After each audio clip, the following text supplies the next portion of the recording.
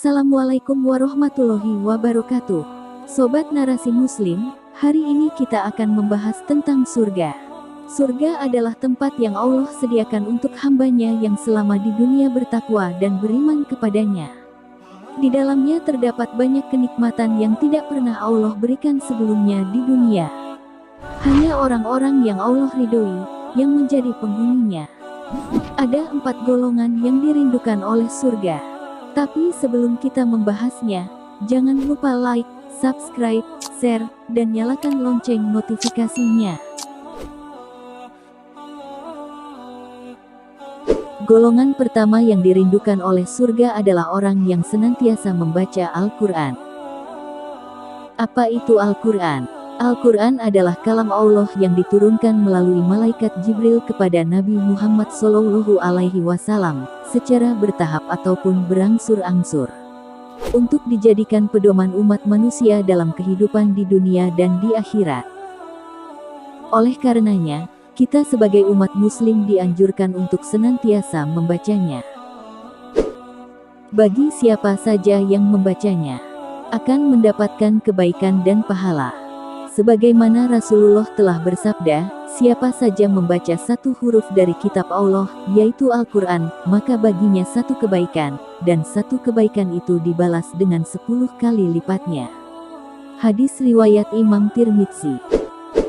Namun di akhir zaman seperti sekarang ini, umat muslim sudah mulai sedikit yang berkeinginan untuk membaca Al-Quran. Kebanyakan dari mereka disibukkan dengan teknologi modern, sehingga sebagian dari mereka lebih mementingkan alat teknologi seperti handphone, laptop, tablet, dan lain sebagainya. Yang dibuka adalah sebuah media sosial, bukanlah Al-Quran. Yang dibaca adalah sebuah kalimat status, bukanlah kalimat Allah dalam Al-Quran. Takutlah kita akan peringatan dari Allah yang telah dijelaskan dalam firman-Nya. Barang siapa yang berpaling dari peringatanku, yaitu Al-Quran, maka baginya rezeki yang sempit, dan di hari kiamat dia akan didatangkan dalam keadaan buta. Quran Surat Toha ayat 124.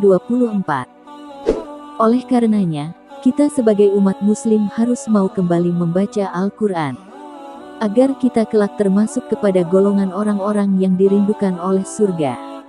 Amin ya robbal alamin. Golongan kedua yang dirindukan oleh Al-Quran adalah orang yang bisa menjaga lisan atau perkataannya agar tidak menyakiti orang lain.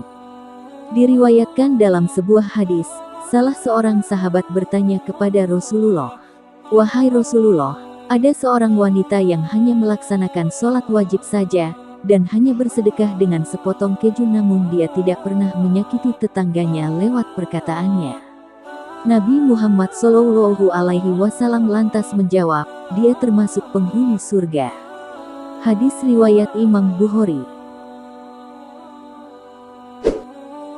Dari hadis tersebut, anjuran untuk menjaga lisan atau perkataan sangatlah penting. Sebab lisan diibaratkan pisau yang apabila salah menggunakannya akan melukai banyak orang. Di zaman modern, ketajaman lisan kadang juga mewujud dalam aktivitas di media sosial melalui status-status yang ditulis. Sudah semestinya, sebagai umat Islam membuat status di media sosial yang tak menyinggung perasaan orang lain. Dalam hadis lain diriwayatkan bahwa ada seorang laki-laki yang bertanya kepada Rasulullah SAW, "Siapakah orang Muslim yang paling baik?" Beliau menjawab, "Seseorang yang orang-orang Muslim yang lain selamat dari gangguan lisan dan tangannya." Hadis riwayat Imam Muslim. Al-Hafiz Ibnu Hajar Al-Asqalani menjelaskan hadis tersebut. Beliau berkata, hadis ini bersifat umum bila dinisbatkan kepada lisan. Hal itu karena lisan memungkinkan berbicara tentang apa yang telah lalu, yang sedang terjadi sekarang dan juga yang akan terjadi saat mendatang. Berbeda dengan tangan, pengaruh tangan tidak seluas pengaruh lisan. Walaupun begitu, tangan bisa juga mempunyai pengaruh yang luas sebagaimana lisan, yaitu melalui tulisan. Dan pengaruh tulisan juga tidak kalah hebatnya dengan pengaruh lisan. Oleh sebab itu, kita sebagai umat muslim wajib menjaga lisan dan tulisan agar tidak menyinggung perasaan orang lain. agar kelak kita termasuk kepada golongan orang-orang yang dirindukan surga. Amin ya robbal alamin. Golongan ketiga yang dirindukan surga adalah orang yang memberi makan terhadap orang yang kelaparan, atau orang yang senantiasa membantu orang yang membutuhkan. Allah Subhanahu wa Ta'ala akan membalas kebaikan yang dilakukan oleh hambanya. Bahkan, kelak di hari kiamat, Allah akan memberikan makan dari buah-buahan surga.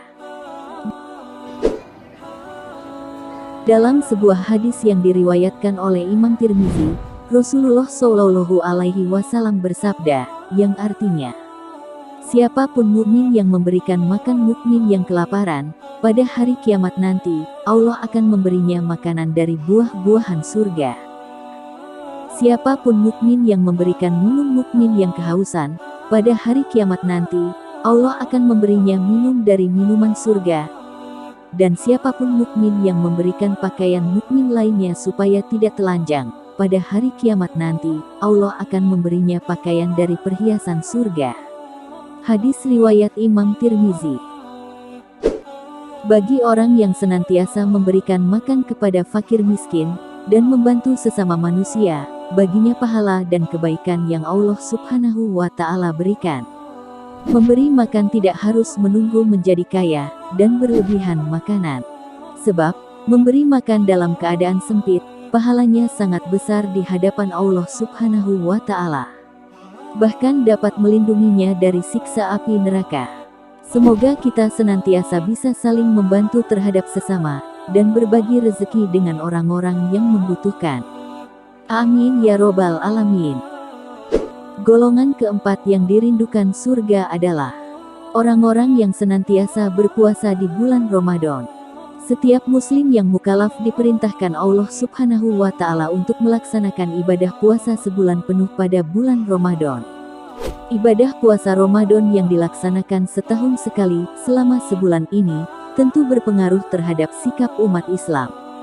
Ada yang merasa gembira, biasa saja, atau malah ada yang merasa berat dan susah dalam menjalankannya. Yang merasa gembira karena sadar bahwa ia akan mendapatkan gelar takwa ketika menjalankan ibadah puasa Ramadan dengan baik. Yang merasa biasa saja, karena tidak memiliki target ketakwaan yang lebih baik. Sedangkan yang merasa susah, menganggap puasa dapat menyiksa dirinya, karena seharian tidak bisa melakukan hal yang dirasa enak.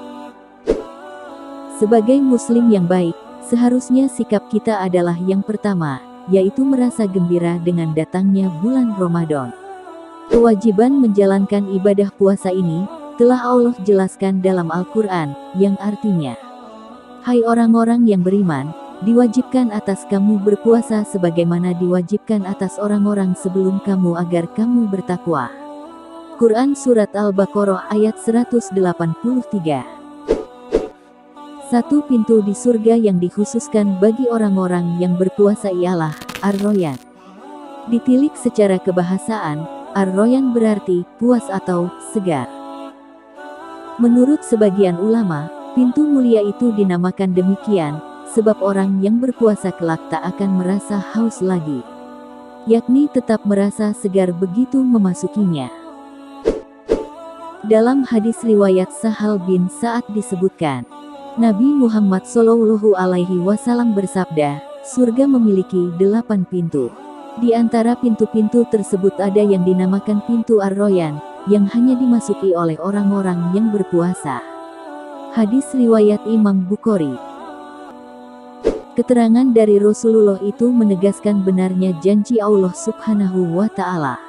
Saat berpuasa, orang-orang yang beriman menahan diri dari hal-hal yang diperbolehkan dalam hari-hari biasa, semisal makan, minum, atau berhubungan intim antara suami istri. Maka kelak di akhirat, Allah mengganti semua itu dengan sesuatu yang jauh lebih baik. Bahkan, Rasulullah mengabarkan dalam suatu hadis qudsi, berpuasa itu adalah ibadah yang khas. Setiap amalan manusia adalah untuk dirinya sendiri, kecuali amalan puasa. Puasa itu untuk Allah dan Dia yang nanti akan membalasnya. Hadis riwayat Bukhari Muslim. Semoga Allah Subhanahu wa Ta'ala meridhoi ibadah puasa Ramadan kita, sehingga Dia memasukkan kita ke dalam surga-Nya melalui pintu mulia tersebut. Amin ya robbal alamin. Saudaraku seiman, terima kasih telah menonton channel YouTube kami. Jangan lupa like, share, subscribe, serta nyalakan bel notifikasinya.